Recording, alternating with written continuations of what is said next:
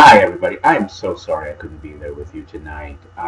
We tried to get back. We're in Toronto visiting my in-laws. You may hear them in the background a little bit. They're working on getting my wife's grandmother into the. She's got a meeting with her nurse coming up, and so there's some conversation going on. But at any rate, we came to my in-laws for the long week. Toronto has been nailed. Sunday they got a lot of ice. Um, Out west where we have to go to come home. They also got the snow, some of the snow that you got in Michigan, and the roads have been incredibly bad, especially going out west. We tried to come out Monday. Was it Monday? Tuesday we tried to leave. Monday was just not even thinkable. Tuesday we tried to leave. We got about 30 miles out of town and had to turn around. We saw accidents. The car actually spun out right in front of us, and it just yesterday there were travel advisories all along the route. So we just didn't want to risk it. I have a 7-year-old son. Of course, my wife is with me. We just didn't want to risk it. He was, in fact, pretty scared after he saw the car kind of spinning out in front of us at any rate. But I really wanted to be there, and I'm very disappointed that weather has prevented that. What Drew is going to do with you today is walk you through a series of kind of reflective exercises. You watch a few videos, reflect on them, do some reflection of your own.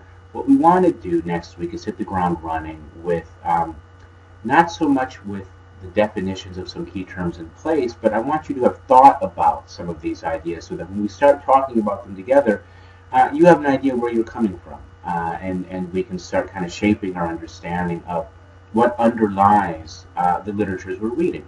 What does it mean to study the literature of mysticism? What is mysticism?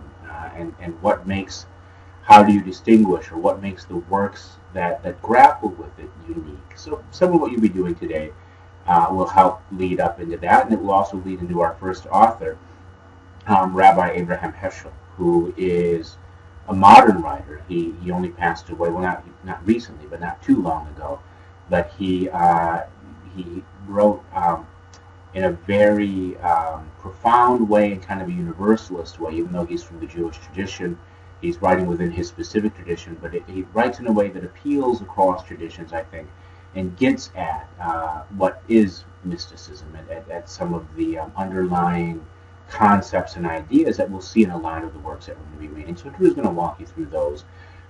We will next week take up where you leave off today. We'll also do some introductions. I do want to take some time to get to know all of you and give you a chance to get to know each other and to get to know me a little bit. And then we'll begin with Heschel. You'll see there's some chapters assigned from that for next week. Heschel's challenging, so take your time. Don't get frustrated. You'll be doing a double entry journal. I'll say something about that in just a second. If that may this time just consist of questions. But don't worry about it. We'll walk through those chapters together. And we're actually going to be watching a modern film, not contemporary, not really recent, but a fairly modern film, 2001: A Space Odyssey, which, although it's not about spirituality per se, it really gets at a lot of the concepts that Heschel's introducing here and that will kind of inform the rest of the course. So I'm going to take a few minutes. I'm not sure how well this will work, but I want to hit a few highlights of the syllabus which Drew has handed out to you, just so that we have this under our belts. Next week, come with any questions you have about the syllabus, and I'll do this quickly because I'm not sure how well you can hear me. I'm not sure how great this looks on the screen. And Drew, if technically this just isn't working, feel free to cut it here, and we can just do the syllabus next week. But let me just hit a few highlights of the mechanics of the course. I also want you to read over the student rights and responsibilities in the college catalog. I've asked Drew to show you how to find that. If he's not able to, it's sometimes hard to find. We can do that together next week as well. So this is my contact information up here. You see my office hours, the introduction to the course. I will let you read on your own. And the outcomes and objectives, which I actually have just revised. We had a completely different set of outcomes and objectives before. So I've revised these to be compatible with the other outcomes and objectives in the English division. So do read over those carefully. That's sort of what we're about this semester. Grading, we're dividing our work between 4 main categories. The weekly work, which we read in quizzes, in-class writing, discussions, whatever I craft for you on any given week. That's 25% of the grade. A reader's journal, which is a double entry journal, and I may sometimes have you write other things in there. That's why I asked you to have a notebook dedicated to this class. That's 25% of the grade. I'll have a midterm reflection. This will probably take the form of an essay, which will kind of see where we're at halfway through the course, what you've got under your belts, how you're understanding things, and then a final presentation. Those I will, I'm actually still crafting. I picked up this course actually a bit late in the semester last semester, so those I'm still thinking about what I want to do with them. I want them to be fun and engaging, but also academically rigorous, so I'm mulling those. But I will give you plenty of heads up on what form those need to take before they're due. Expectations. The number one thing, I want you to read this carefully. I'm not going to spend a lot of time on this because it's in front of you. You can ask questions next week. Number one thing, though, is to engage actively in your learning here. So read the text carefully. Take your time with it. These are challenging texts, okay? They're writing, they're exploring things that are pretty abstract. I will try to compensate by not assigning hundreds of pages between classes, but you'll still have a good reading load, and I want you to really take the time to digest what you're reading. We may do reading quizzes later on in the semester. In fact, I'm almost certain we'll do at least some reading quizzes to make sure you're reading, to make sure you're understanding at least the surface level of these works before we start digging into the analysis. You need to engage actively. Listen to your peers. Listen to me. Ask questions. You will get out of any course what you put into it, and that's kind of a truism. I think you know that already, but read those carefully. Course-specific policies. First of all, from the English division, if you miss 2/15 of your classes for this course, now for this course that means 2 sessions because we meet once a week, I'll drop you. Unless there is a compelling reason for you to have missed. My wife just came in, that's okay. We're getting things ready to go outside the apartment for a little bit. If you have compelling reasons to miss, if you've been in an accident or something like that, you can work with me. We can get documentation, do the sorts of things we need to keep you in the course. But you really do need to be there. I realize as I tape this from across the world, that's a little bit ironic, but you really do need to be there, and I will be there as well.